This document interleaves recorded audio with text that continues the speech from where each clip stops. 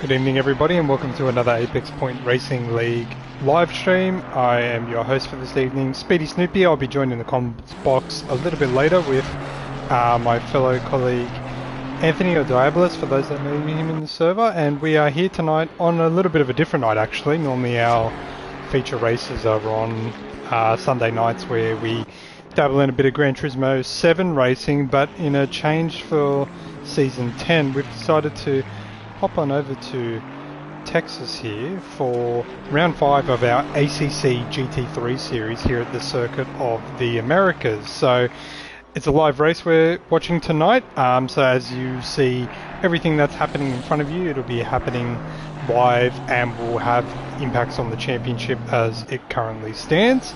And as always, we have a good mix of drivers tonight, a good crowd of about 16 drivers hitting the track tonight here at COTA, and that's a mix of development series drivers and pro series drivers. So it's a multi-class type race, the way that you can determine what class a certain competitor in is if you look at the leaderboard that you can see on the left hand side of the screen there at the moment. Any driver that's race number is in, let's say, white is considered a pro driver, and then anyone in red is considered a development series driver. So that's just for your spectating pleasure back at home or wherever you are watching this. Hope you had a great day so far and looking forward to a good evening. So just a quick little recap. We're right now in free practice for the race tonight. For any Gran Turismo 7 drivers that aren't familiar with ACC or looking to get involved maybe next season or next race, this is a great opportunity to use this live stream to sort of ask any questions or to understand the format and really demystify any of the information difference between Gran Turismo and ACC. So feel free to shout out along the way. Thanks to those that have joined so far. Make sure that you leave a like on the way in as well. So tonight's race, we have round 5 of the ACC GT3 series for Season 10. We're obviously here at COTA, or Circuit of the Americas. Weather conditions are looking pretty sunny today, so we're not expecting any wild weather to come up, so that'll be news to the ears of the drivers that are doing their practice at the moment. For tonight's race, there's usually different session rules applied in terms of like pit stops and pit windows and things like that. But tonight it's a really open strategy. There is no pit window.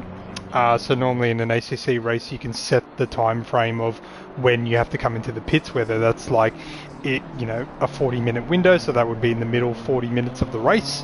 But tonight there is no pit window. So there's no pit window, there's actually no mandatory pit stops, and refueling and tyre changes are optional. So we've got about an hour race tonight. It's very doable to complete this race with one set of tyres, but you have to be careful to not, I guess, overextend their life and really push them, considering the track looks quite hot at the moment and it's a very demanding circuit in terms of lateral load, especially in those twisty sections in the first sector of COTA. So it could be a benefit to stay out, but you'd have to play it very safe, but also knowing what ACC is like in terms of damage models and things like that. If you do start to suffer any damage, it will affect your aerodynamics and overall speed and car control. So we expect to see some drivers coming in, not only for damage, I would say. If anyone who is familiar to racing at this circuit in ACC in particular, they would know for a fact that track limit penalties are ridiculous here tonight. So expect to see many drive-through penalties being issued to drivers, so you'll see them pop up as they come through, and that's usually because they have breached the track limit warnings. It's not as straightforward as if you just go over the white outer edge of the track, you'll get a penalty. It depends on what section of the track that you're on, but even from the most experienced drivers that we've spoken with, they know that this track in particular is notoriously horrendous for track limits, so that's going to be something to watch out tonight. So as mentioned earlier, for those that are coming in as well, I'm your host, Snoopy. We're going to have Anthony joining us in the comms box after he just finishes up the driver briefing with the team of drivers that are on the track at the moment. So the way that the format will work tonight, they're currently finishing off their free practice. You can see the time in the top right-hand corner of the screen there, along with all the track conditions. So you can see it's 26 degrees ambient with 33 degrees track temperature, which is a little bit warm, not enough to be too punishing, but definitely if that increases over the course of the time, it will punish the tyres quite severely. And you also notice, for anyone that's not used to ACC, that the track in the top there says fast, so that's identifying what the conditions of the track are like. In ACC, if it's a fairly fresh track with not a lot of time or rubber on it, it's called a green track, which is quite slippery and not that grippy.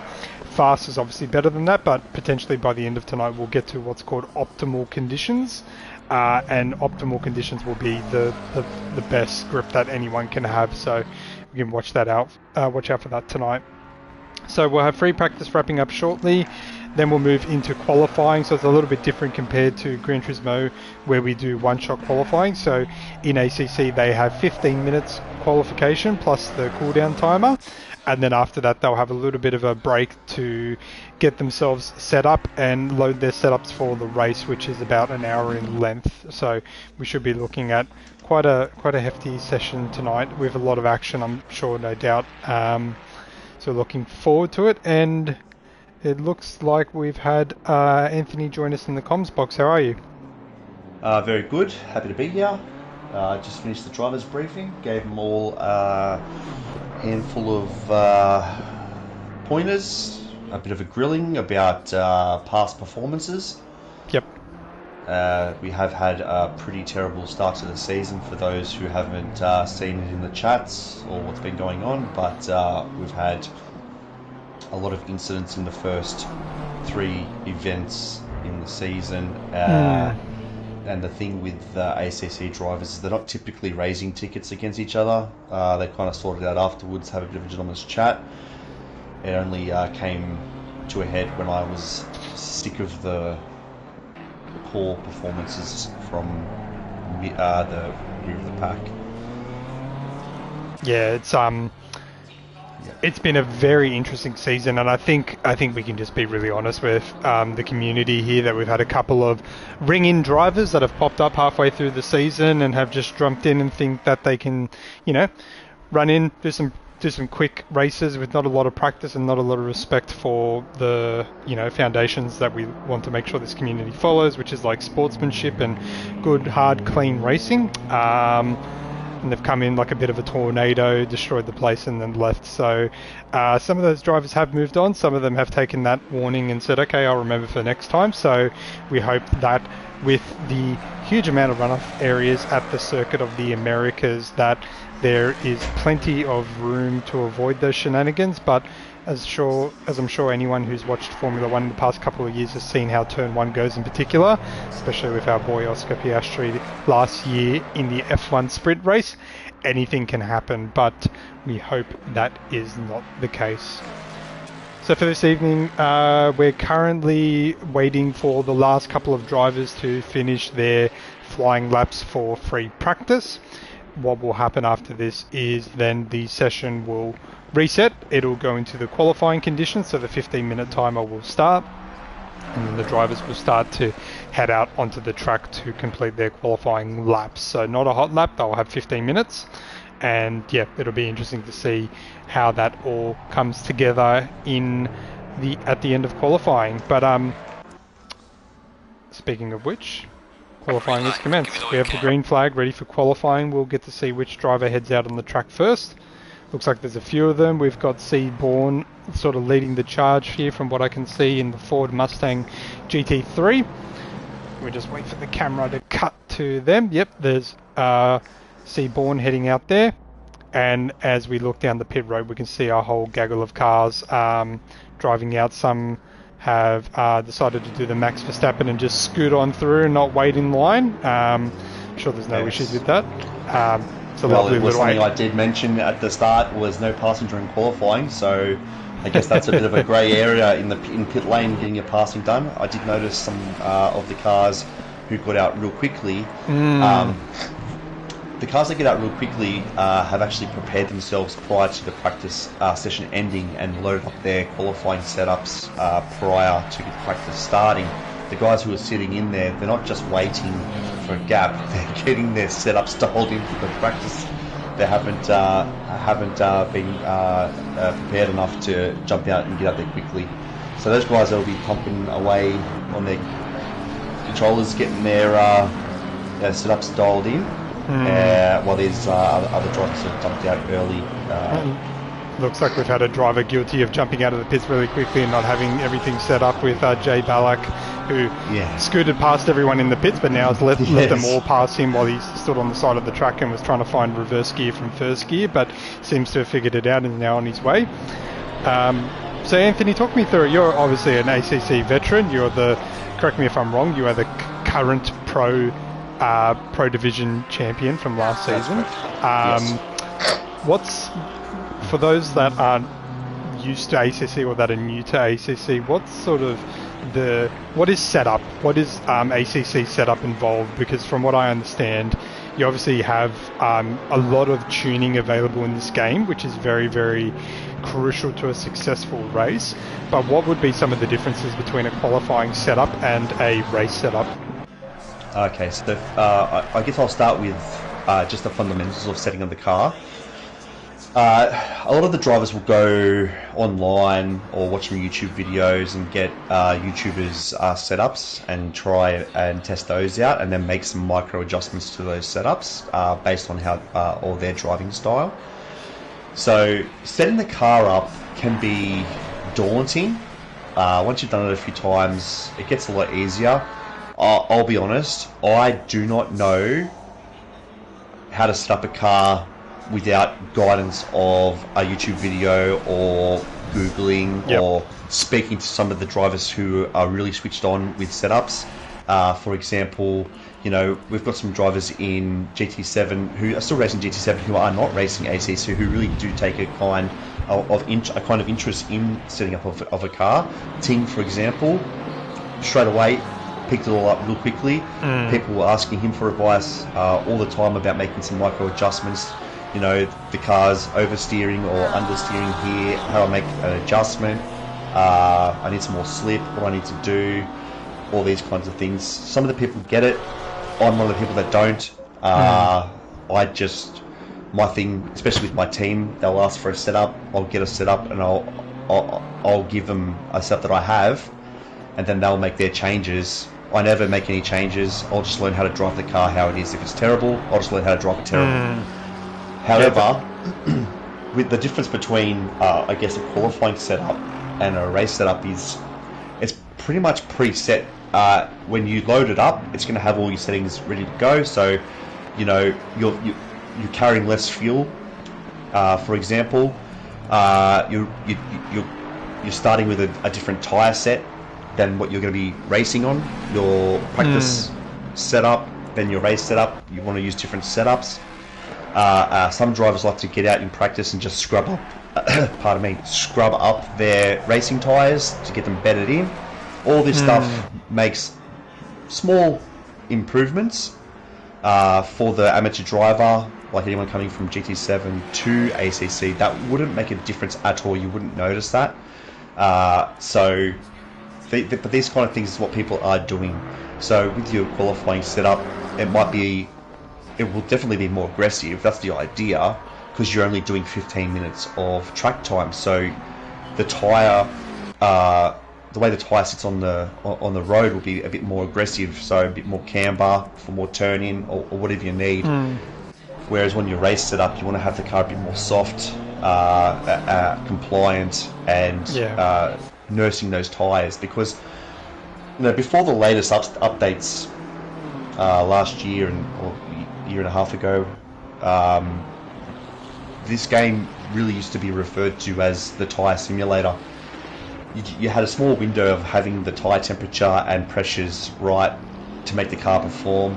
You get a bit more tolerance now, but you still have to manage your tyres. So a lot of these guys are going to be out there lapping like it's a qualifying session in the race, and they're going to get 30 minutes in, and they're going to be suffering for the rest of the race. So especially for this race where we don't have any mandatory pit stops, they can pit. It's optional. Optional fuel, optional tyres, optional pit stop. They can go start to finish, and if you maintain your tyres, you can do that. But you'll see some of these drivers, their lap times are going to be suffering towards the latter side of the race, as they've been pushing the car too hard at the start.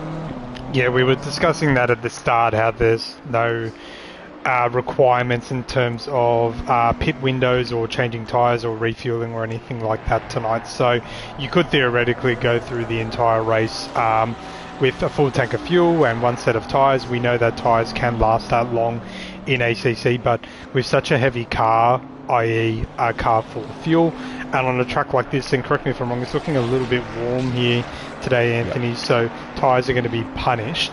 I guess it's really going to come down to the driver and how they feel about, you know, their car, and hopefully they've done a simulation run to see, okay, well, this is what it feels like if I stay out for the entire race, or okay, this is what it feels like if I stop halfway through, because the pros and cons of both of those situations could really make all the difference. And I'm sure some of the more experienced drivers will have a plan C, just like F1 drivers would have lots of plans up their sleeve for if they receive any damage. Okay, what do I do? Yes. Well, that's why mandatory pit stops are handy. So they don't have the luxury of a mandatory pit stop.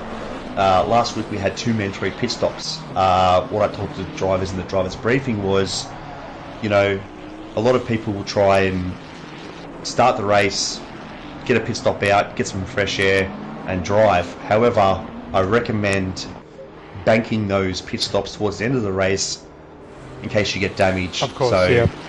You don't have to go into pits and you've spent all your pit stops. This race, there's no mandatory pit stop unless that's your strategy. So, you know, staying tidy and clean and pacing yourself for this race is very important. So for this race, it depends on how long the travel time. Some of you may not know, but in ACC you have to drive the pit lane yourself and park the car in the box, and you have to nail it. If you miss the pit box, they'll drag your car back to the box, and it takes valuable seconds for it to get realigned before they lift it and work on it. So it depends on that travel time. A stop for a tyre change is 30 seconds stop time. Yep. So if you're stopping for tyres, you might as well put fuel in. So some of these guys might have a strategy to run a light car and change tyres versus just, you know, lapping at, you know, maybe a second and a half down every lap. So over the course of half an hour, how many seconds does that equate to? Is a pit stop viable? Yeah, correct, yeah. And towards the end of the race, some of these guys are getting between 3 seconds a lap slower lap time. So we've seen it before where people who have stopped have come, and it's come down to the last couple of laps. Yeah, they catch up. They're just flying by. Yeah. So they basically get almost like they're starting their race fresh again. So fresh fuel, fresh tyres, fresh car in a way, and they can really go at it. Whereas if you have it from the start of the race and you're just using the same tyres and going all the way through it, you just naturally, that performance is going to drop. And yeah, if you're losing 3 seconds a lap, after 10 laps at 30 seconds, there's your pit stop right there. So hopefully those guys that have run those simulations know what is going to work for them. But we'll have to see where they end up after qualifying first and foremost. And it looks like about 12 of the drivers have already set a lap time down. So we've got 4 drivers that are still yet to put a time in. I imagine that's due to some track limit warnings or cuts that they've had as well. But so far in provisional P1, we have O Woods with a 207.5. Then we have D Corbino, about 1/10 behind as well. So I'm sure he will be pushing to make sure that he can get in front there if he doesn't do so already here. Nope, he goes around again. In third place we have M. Mantinho, just roughly short of 2/10 behind. I'm going to refuse to say Jeff Gordon, but we have Jay Gordon, who's about 2.5 tenths behind in the Ford Mustang. and another champion or division winner of ACC in the past, P. Sargent, who's roughly about just over half a second behind there. So you can see there all the pro drivers at the top in the first 7 positions, and the development series drivers underneath a little bit further down there. And we're still waiting on two pro drivers to set their time. So A. Garcia, or Angel DG05, for those that know him from Gran Turismo. He's coming around, actually coming up to the final corner here. So let's see if he's able to get a lap time down. I can't. He's actually on an out lap, so he'll be starting his flyer lap now. Incorrectly. Nope. He's actually gone into P3. So he's just a little bit shy. He's actually wedged himself in front of D. Corbino. He's dropped down 2 spots because Jay Gordon has actually jumped up with a 207.4, so really stretching out that gap there. We're waiting on M. Juice and M. Nando to set a time, and looks like they may be coming across the line now to do that. Yeah, Nando should put a pretty solid lap time down. Garcia Angel is actually the championship leader. Snoopy, I gave you some notes that were misleading. So Dave's actually sitting in 3rd position in the championship. Very good. Okay, no dramas. So also we have a new driver, O. Woods, tonight. Who looks like he's very competitive. It's good to see. That replaces another driver we had leave earlier in the season due to the shenanigans that we had in rounds 1 and 2. So it looks like he's taking that place because that driver was a good performer as well. So we've got about 2.5 minutes to go here. So actually we've got a driver stopped on track, it looks like. He's just pulled over. It looks like M. Brown has just pulled off the circuit there and jumped back to the pits to clear himself out of the way. But looking at car number 26 here, which is Sargent, coming across the line here.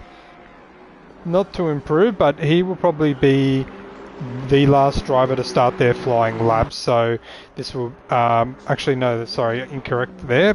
If they cross the line with still some time to go, they will be able to continue their lap. So we expect these qualifying times to go right down to the death, right down to the end there. We can still see a couple of drivers out on the track and a fair bit of traffic actually in that middle sector. There's a good gaggle of cars that are all bunched up together that are going to need to find some space. You can see 3 cars in view there. The cars just jumped to the pits. As A. Garcia actually goes to the top of the board there with a 207.1. So championship leader, correct? That's correct, Anthony. Angel. That's correct. Yep. Angel at the top on provisional pole at the moment. Looks like P2 is done for the day in terms of qualifying, already into the pits. So expecting no competition from Gordon there. So Garcia. Looks like he has provisional pole at the moment. We'll have to wait and see if the other drivers can do anything, and he's actually out on another flying lap. Nando's coming around now. He's position 2 in the championship and takes 3rd. There you go. He actually set that time with less than a minute to go. So jumping up to P3, Nando jumps in there. We've had a late driver actually pop in. Kay Reed, who maybe overslept his alarm clock this morning, but has hit the track and has got in here. Another pro driver. Looks like he'll be starting at the back of the grid there. So his job for the race will be to slice and dice his way through the development series drivers. So we'll keep an eye on that. So just to recap, we are waiting for qualifying to finish. M. Nando could still pip qualifying if he finds himself a good lap here, but looks like he's actually in a little bit of traffic here as Corbino comes in to end his run there. So he will start P5 or lower. Let's see if Nando actually gets caught up. He's stuck in some traffic, which is going to really hurt him here. Yep, you can see the lights flashing on that BMW. But if another driver's on a hot lap, and even if they're in a different category or class to you, they don't have to yield for you. So it's going to be, and Nando takes note of that and jumps back to the pit there. So, cuts his loss there because he was closing that gap to that driver at a much faster rate. That's right. So what you're saying is correct. In the driver's briefing, we do emphasise that it does not matter what class the driver is in. They have right of way if they're on a hot lap. Now I'm trying to jump back to... We've got 3 cars together here. Hopefully they're nicely spaced out, except for Nando, who's still trying to get a little bit of room here. I don't think he's going to improve after being behind these development series drive. He's actually run completely wide there on the second last turn and brings it into the pits. So that's his qualifying done and dusted. And then I believe car 26 is done as well. So that's qualifying a wrap.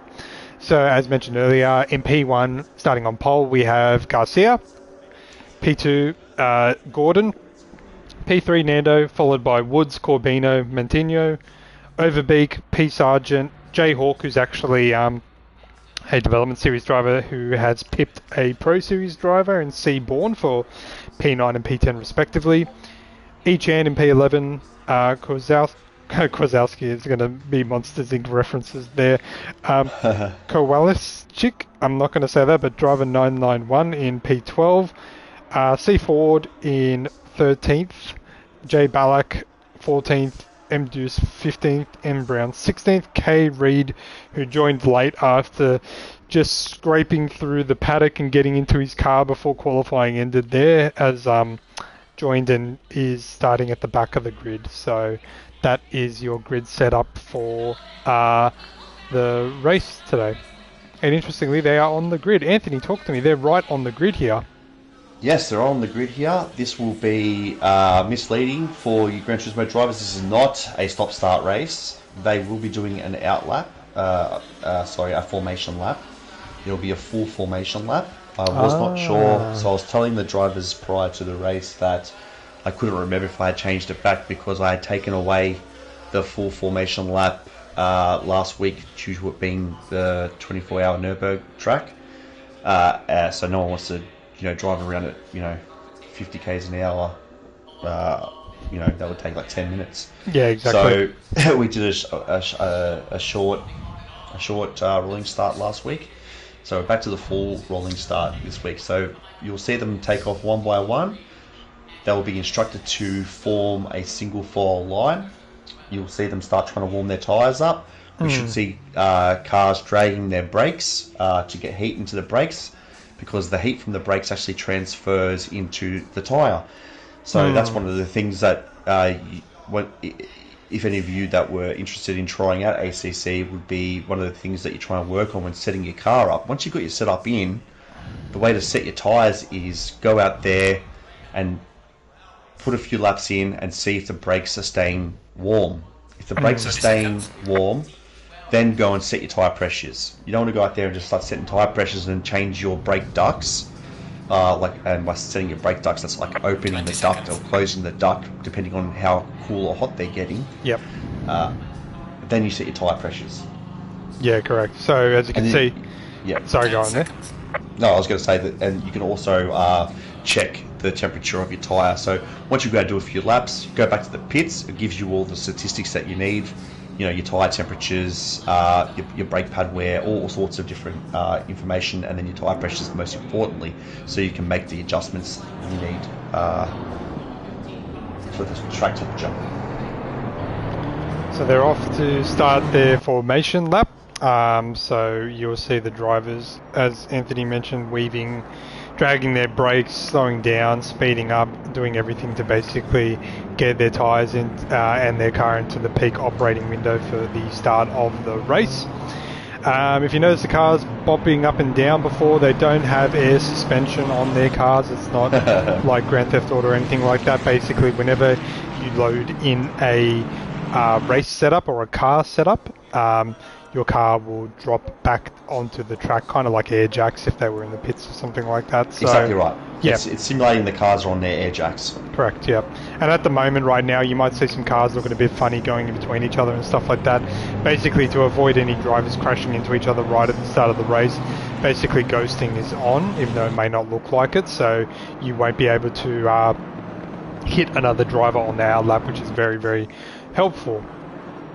Yeah, we might even see some shenanigans during the outlap where some drivers think it's funny to go off the track a little bit and take out some of the braking markers. It's always fun. Playing 4D just before the race has even started here, hey? And that's exactly right, yes. Yeah, it's always fun when you lose that braking marker and you don't know what to do with it as a result. Yeah, and unlike Gran Turismo, where we like to, you know, simulate the tyre weaving and warming up, even though tyre wear and fuel wear rates are not on, it very much is on in this case here. So anything a driver can do to, you know, save a bit of fuel or to not put too much strain in their tyres, they'll be doing it. But the key thing for all the drivers here will be trying to make sure that their tyres are in that peak operating temperature. Maybe not at the peak, sorry, I'll correct myself there, but in that sort of window where you're going to get good amount of grip, as we see Woods doing a Kimi Raikkonen-esque warm-up of just driving straight while the other drivers were warming up in front of him. But look at the field of cars behind them. Such a great selection of cars in ACC. All modern GT3 race cars for the most part. No Lamborghini, unfortunately, this season. So got a lot of BMWs, a lot of Ferraris. I think there is a Lamborghini, but they haven't been driving. And that would have been great to see. Matt Donetti, he's got to be our fastest driver. There's nobody really getting close to Matt Donetti. His teammate, he is a young driver. I think he's around 18 years old, and his improvement, he's going to be up there with him. But these guys, they're also part of another racing league, AGT, where ACC, where they also win a championship there. So perhaps they're just focusing on that, and I know that Matt is also a admin over there, so yep. Busy schedule.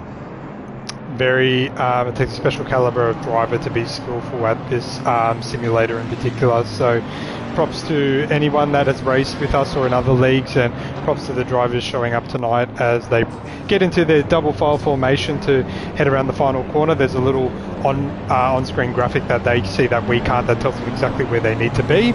So they'll start to go side by side here. Garcia moving right over onto the marbles on the left-hand side of the track as they roll down the main straight. Not as much of a nice side by side as I thought. Garcia moves back a little bit over there, waiting for the green flag. Waiting for the green flag to fly. And he's second now as they cross the line. Green light. And they are away at the Circuit of the Americas. Jay Ballack already looking to make a move up the inside there. Garcia defending his line. Nando is actually looking to make a move. Oh, Garcia takes the wide line. Nando takes the short line. I believe they are almost side by side heading down, but Garcia will have the inside. He's actually ahead there heading into it. Looks like most of the drivers have made it through cleanly except for number 12, who's dropped back a little bit there. That is Jay Ballack. Yep, so he may have had a bit of an issue there as they make their way through the S's. Couple of drivers going wide off in the background there. Hard to see exactly what's going on with so many cars on the track and all moving through at a good pace, but they have navigated turn 1 successfully. I believe Kay Reed's made up a huge amount of spaces already. He's up into P13, so making his way through the Development Series drivers as we would expect. That's my teammate. Sitting in the comms box, earning 0 points tonight for that. Or they bunch up here, heading into the hairpin for the back straight here. Now it'll be interesting to see if the slipstream helps any of the drivers here, but they've done an excellent job so far to get through the first sector in particular, as Garcia leads them down the back straight. Nando is tucked in right behind him here. I imagine he will potentially show the nose there. Yep, right on cue. So does Woods with the flashing of the lights in the background. But Nando thinks better of it and pulls back in. Gordon follows behind them along with Woods. Corbino's done a nice job to keep it clean with Overbeek and Mantinho following through as well. They're side by side actually, P1 and P2. Nando's got the inside, which will become the outside for the next turn, so Garcia will have the inside. Oh, they keep it clean. They're showing nice amount of space and respect for one another there. Nando slots back in behind Garcia, so well defended by Garcia to hold on to P1 there. Nando's playing a very smart game here. He's applying pressure early on. Everyone gets a bit nervous at the start of the race before they get comfortable in the seat and get bedded in. So showing his nose is a bit of a strategy, getting in the wing mirror. and just getting on Garcia's radar. So Garcia's going to see a little radar pop up on his screen, and he's going to see a box moving around behind him, and it's going to be throwing him off. We got Overbeek actually looking to make a move here, heading into turn 1. I think he's got the inside line on Corbino. No, he holds it tight there. A little bit of contact there with Mantinho, nothing too egregious, but they carry on. Probably a little bit of damage on both those cars, but they'll be okay. I was going to make a comment about the quality of driving so far, but I don't want to put the commentator's curse out there, so I'm just going to shut my trap and let this carry on. Dave Corbino asked specifically not to get any commentator's curse. As Kay Reid has the fastest lap of the race so far. Yeah, wow, cutting through traffic and grabbing the fastest lap as Seaborn and our Polish friend here, who I will butcher their name, so I won't say it anymore, seem to be battling quite closely here as well, but they found a good amount of space between them. You can call him Flux for short. That's his gamer handle. Flux. We got another Flux in the building. Very good. Flux. Sorry, no, not Flux. Without the L. I just call it Flux because it might come across. FUX. Yes, and we'll get banned. Yep, very good. Yeah. All on the back straight there. Nando doing a good job to keep the pressure on Garcia. With Gordon's actually not too far behind there. Neither is Woods. Woods being a new driver that has just joined tonight, so showing that he can cut the mustard. Let's see how everyone else is going behind them. They're doing a very, very good job so far to keep it all nice and clean. There's a little bit of contact. Sargent actually drifts a little bit wide there. Luckily, he's managed to hold on to that and only just lose a little bit of time. Yeah, Sargent's typically a really fast driver. I think he's been struggling a bit this season with this Aston Martin. He did very well with it in the endurance race. So Nando makes the move. Sorry there, Anthony. Garcia was a little bit ratted in the second to last corner. And as you were saying, just got in his head. He's weaving down the straight to break the slipstream there. Nando takes the lead. Garcia's not too far behind. He lost a lot of time, Garcia, heading onto the front straight. Gordon could be making the move here. Could be two positions in two turns for Garcia. Oh, Nando's got squirrely too. I think there's 3 or 4 of them. They're all squirreling away out the front. Sorry, Anthony. Yeah, that's all right. They're pushing hard. It's very exciting. I think they're going a bit too hard for my liking for the start of the race. I don't know what their strategy is, but they all seem to be putting down some pace. So I might just jump over to the times table and just see what kind of lap times we're looking at here. Yeah, you're good. It's actually brought everyone else into the fold, and by everyone else I mean all the pro drivers from P7 and up. If I can do my math very, very quickly, they're all within about 1.5 seconds or 2 seconds of each other here. So as soon as one driver makes a little bit of contact, it could be game over here. So have to be a little bit careful there. There's a bit of a gap growing between this group. Oh, there's a lot of missed braking zones and different lines taken into the hairpin down the back straight. My goodness, there's a lot of action, but naturally we're seeing a bit of the break happening here between the Pro Series drivers and the Development Series drivers. Actually, Gordon's got the move done on Garcia there, so... Yeah, Gordon's going to be a driver to watch, really, because he's not a qualifier, he is a racer. A bit much like myself, I'll usually... qualify mid-pack with the pro drivers. Corbino's had a bit of a hit with Garcia's out. Garcia got tangled in it too. Garcia and Corbino have dropped well out of that battle pack there.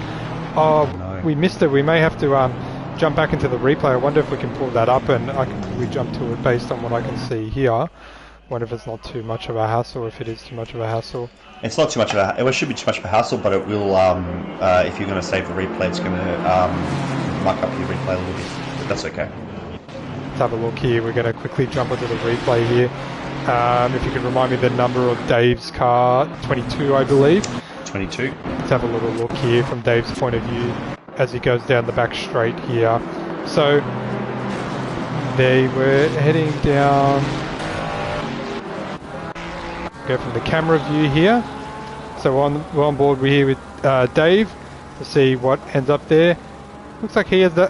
Garcia actually got hit behind by Woods, and then, oh no, Corbino was just collateral damage, unfortunately. So none of that was actually Garcia or Corbino's fault. it looks like Woods, the new driver to the no. league, actually hit the back of Angel or right. Garcia, and then Dave unfortunately just ran into the back of him there. So that's really unfortunate for both of them. They were having such strong races there, but we carry on and the race continues. Yeah, he's not going to be happy with that. Oh, look at that! It's kept the helicopter cam. That's very handy. Yeah. Oh, yeah. That's cool. Yeah, I didn't know we could do that. There you go. You're learning new things every day. For those who aren't familiar with ACC's wonderful spectator mode, it's not great. It's a bit clunky. It's a bit clunky, but it allows for some interesting data points and things like that. So carry on. It looks like Nando and Gordon have broken away from that pack as a result there. Gordon will be putting the pressure on here. I think Nando has shown himself to be a pretty strong driver. He was doing very well in last week's race, only losing position from a mistake. Some of the strategies last week were spot on as well, where he actually didn't know who the leader was going to be. It came in pretty tight, so but a slight mistake cost Nando position 2 from memory. Jay Gordon will, however, be quite strong. So, especially in the Mustang, doesn't have a ridiculous straight line speed. Yeah. Martino's actually made his way up through the field as well. He had a bit of a rough start there, a bit of. I think that's the benefit of avoiding the carnage between Woods, D. Corbino, and Garcia there. Just sort of slicing his way through, making his way up into P3. Yeah.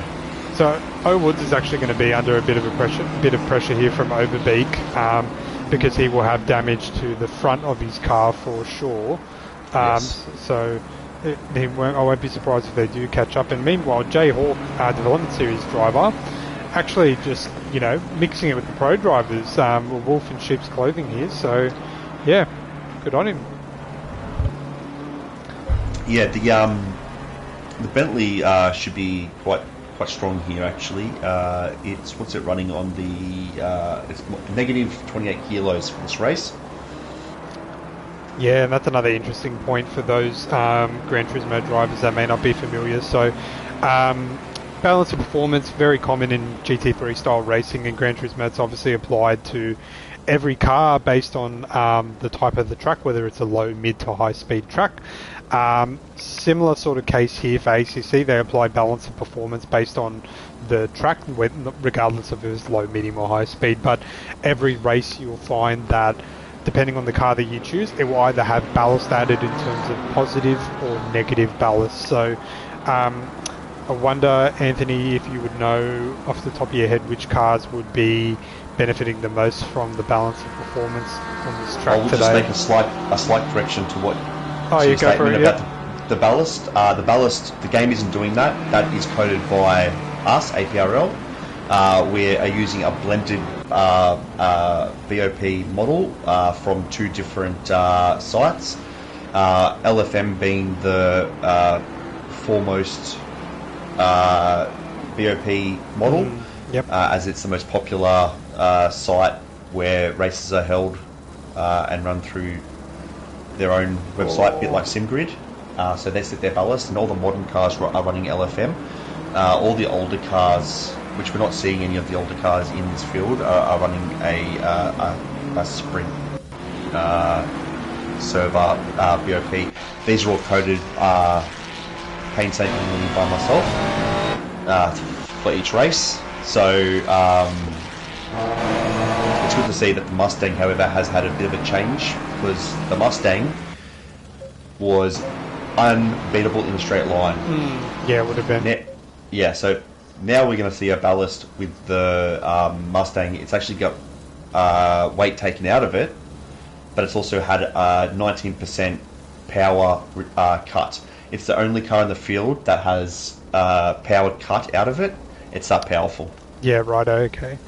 So hopefully to balance things out a little bit, but you would be surprised to see if it's actually having any effect, as Gordon's been showing the nose a few times into these heavy braking zones and sort of puts Nando under the pressure there again. Oh, he pushes him very deep. Nando goes off the track there. Gordon gets the job done, putting that pressure on Nando. While you were talking about BOP, he did the same thing into the last corner on the previous lap. And yeah, Nando seemed to hold his nerve there. I was hoping he would do the same there, but unfortunately looks like he went a little bit further there. And it's time to ring the penalty bell, ding ding ding, to everyone as mentioned earlier. Track limits here are a punish, and the first lucky winner of a drive-through penalty is car number 6. Seaborn has picked himself up a drive-through, so in this situation what he's going to have to do, he has 3 laps to serve this penalty. He's going to have to drive the length of the pit. It's also a bit risky as well, because if he rushes he could get caught speeding and then have to come back around again and serve a stop-go penalty, which you don't want to do, which is 30 seconds stopped. So yeah, you don't want to be doing that. Yeah, so jumping back to the BOP question you had asked me about the cars that are benefiting the most at the moment, the strongest car on the track will definitely be the BMW. The Porsche has copped 24 kilos, so it's the most disadvantaged car. So obviously the Porsche is the fastest car on this track, so it's had a massive weight addition. I didn't realise the Porsche would be the fastest. The Porsche is probably going to be the best car in the game. It's just the hardest to drive. Yeah, gotcha. Okay. Well, I only have one of them out at the moment. No major incidents so far, apart from that little bungle between a couple of drivers earlier, so we're carrying on there. We're about 15 minutes into the race, give or take. We've probably got 14 to go. Let me know, guys, in the chat if you're liking this helicopter view, or if you like more of the dynamic replay view. I might actually switch to it now so that you can see what it looks like, because the lovely system of ACC has made it very, very difficult for me to change the way. If you hit drive. No, I didn't. It got stuck. Yeah. Oh, you can hit drive? No, I could hit drive, but the cinematic replay angle was stuck on the helicopter. So, but now we're back. So let me know, guys, if you prefer the heli view, if you prefer this view here. We can easily change that, no problem whatsoever. Alright, let's have a look at carrying back on here. Looks like Mantino, Woods have started to catch up a bit with, well, Nando in particular. I wonder if he's feeling a little bit rattled there after that overtake from Gordon a couple of laps ago, or whether, you know, their tyres are starting to get a little bit unsavoury after them pushing so hard. So be interesting to see how they tackle overtaking them in the coming laps.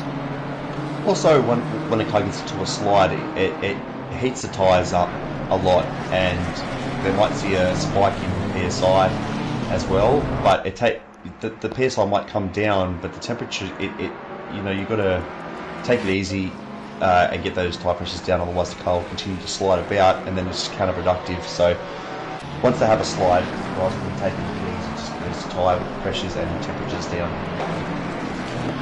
Seaborn goes around again, so he's got one more lap to serve his drive-through penalty, so you imagine that he will be in this lap. A bit of damage on his car actually, so I wouldn't be surprised to see if when the stewards look back at this, whether there was some involvement in incident.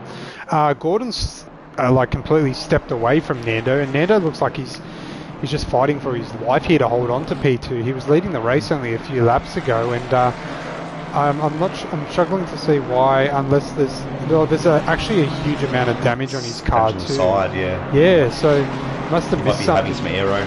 Yeah, he must be really struggling there. That explains. Very, very sensitive. GT3 cars are typically very sensitive to contact. That's why when we're racing in GT7, we're saying it's zero contact at all times, because we're trying to simulate a GT3 race.